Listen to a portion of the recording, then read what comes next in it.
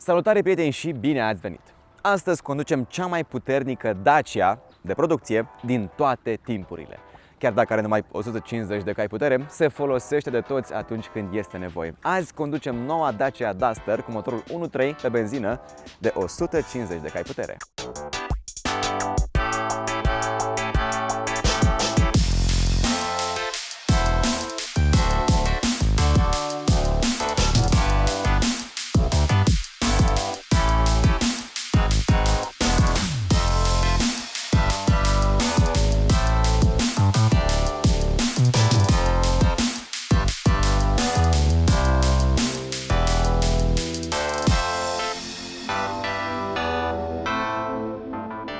Când am fost la lansarea oficială a Dusterului din Grecia, avem un clip pe canal și îl puteți urmări.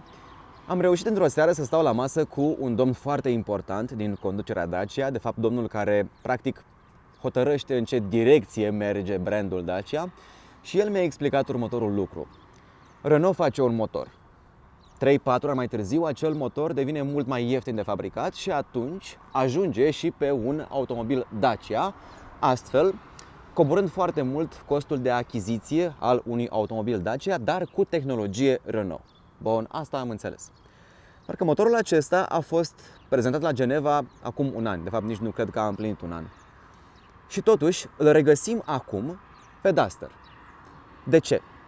Eu cred că alianța Renault-Nissan, alături de partenerul lor de dezvoltare al acestui motor, și anume Daimler, da, cei care au Mercedes, eu cred că acești doi moguli mizează foarte mult pe acest motor, de fapt pe acest stil de motor. Dar ca să vedem de ce, trebuie să și conducem această mașină, nu? Așa că hai să vedem ce poate acest 1.3 de 150 de cai.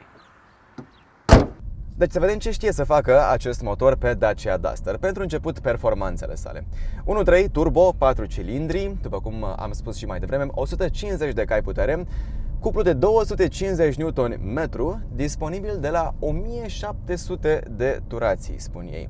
Și eu chiar acum sunt la 1700 de turații, cum sunt, în treapta a treia, cu 40 de km la oră. Și dacă pun piciorul la fund acum, 50, 60, 70, 80, 90, 100. Da, nu e un motor rău deloc, doar că n-aș spune chiar 1700 de turații, aș spune 2000. Undeva de acolo mașina nu doar că trage, dar o și simți că trage. Încercăm din nou. Da? Acum avem 1500 de turații, treapta a treia. De la 2000, într-adevăr, se dezlănțuie bestia de 1,3 litri. Acum, trebuie să ținem cont și de faptul că mașina aceasta are o masă de 1 tonă 300. Din păcate, la momentul actual, nu îți poți lua acest motor și să-l cuplezi unei cutii automate sau unei tracțiuni integrale. Poți avea doar cutie manuală, tracțiune față. Dar să nu uităm că ai cea mai puternică Dacia Duster, de fapt cea mai puternică Dacia din toate timpurile, o Dacia cu 150 de cai putere. Știu că 150 poate nu par mulți pentru zilele noastre, dar din nou, mașina are o masă scăzută, astfel că atunci când ai nevoie poți să accelerezi fără să simți că rămâi în urmă sau fără să te simți în pericol atunci când depășești o mașină. De asemenea, mașina are toate dotările pe care de care ai avea nevoie într-o mașină normală, lăsând la o parte keyless entry și keyless go. Practic mașina nu trebuie să o mai oprești, să o încui, să o descui, pur și simplu te apropii de ea cu cheia în buzunar și se descuie. La fel, nu ai nevoie să bagi cheia în contact, pur și simplu apeși pe start, stop și mașina a plecat. De asemenea, sistemul de infotainment își face treaba atunci când ai nevoie, navigația este excelentă, deci cameră față, spate, stânga, dreapta. Această motorizare poate fi cumpărată cu echiparea confort începând de la 15.750 de euro cu TVA inclus.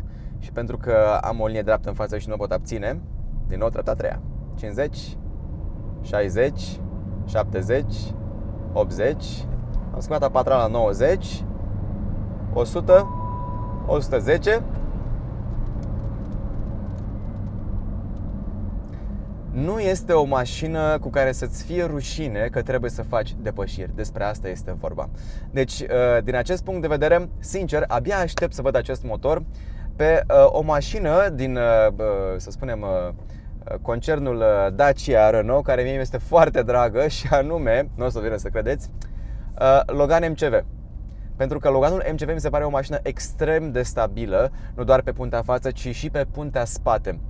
Dusterul este și el stabil, doar că fiind înalt, din nou, nu poți avea vreo suspensie independentă sau ceva de acest gen, pentru că acele lucruri sunt, să zicem, păstrate pentru Dusterul cu tracțiune integrală, lucrurile mai speciale din punct de vedere al suspensiei. Nu, din păcate aici ai o suspensie normală, clasică, nu este nimic cu bară de torsiune, deci nu este nimic foarte, foarte special.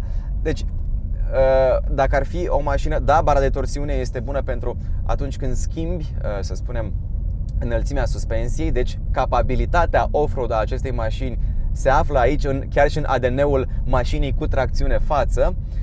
Dar abia aștept să văd acest motor pe un Logan MCV, pentru că mașina aceea are parcă și o formă un pic mai aerodinamică. Și abia aștept să văd ce poate face acest motor pe acea mașină și cu manevrabilitatea acelei mașini și poate cu masa un pic mai scăzută a Loganului MCV. Prieteni, oricum ar fi, cam aceasta a fost scurta noastră incursiune în lumea 1.3-ului de 150 de cai de la Dacia. Vă spun, dacă vreți o Dacia rapidă, mergeți și luați în teste această mașină. Există zvonuri cum că acest motor ar ajunge și pe Logan și acolo cu siguranță ar fi mult mai interesant de văzut ce se întâmplă. La fel, nu doar pe Loganul MCV, dar și pe Loganul berlină va ajunge acest motor. Deci puteți să-l luați acum în teste pe Duster, să vedeți cam cum se comportă mașina, să vedeți că nu e deloc rușinos când vine vorba de depășiri și cu siguranță nu veți mai spune dar e doar o Dacia atunci când vă cumpărați o mașină cu acest motor. De asemenea, tot o păsărică mi-a spus că din punct de vedere al fiabilității, acest 1.3 se pare că se va ține destul de bine. Să nu uităm, cum am spus și la începutul review-ului, acest motor a fost dezvoltat de alianța Renault-Nissan în parteneriat cu Daimler. Deci cei de la Mercedes ar vrea să-l folosească. Deci nu este rău deloc. Are toate, cum să zicem, toate ingredientele pentru a fi un super motor. Prieteni, asta a fost aventura noastră cu Dacia Duster cu motorul 1.3. Dacă v-a plăcut scurtul nostru clip, atunci dați-ne un like. Dacă nu, eu un buton și pentru asta. Și dacă vreți să aflați mai multe lucruri despre Dacia Duster, noi mai avem încă 2 clipuri. Unul de la lansarea oficială din Grecia, unde facem o grămadă de chestii interesante cu mașina, și altul unde iarna am fost cu această mașină și am făcut off-road pe zăpadă și Dusterul s-a descurcat. Nu vă spun, uitați-vă la clip și veți vedea exact cum s-a descurcat Dacia Duster acolo. Dar deocamdată, cam asta a fost clipul acesta. Rămâneți pe iBlog Auto, la revedere!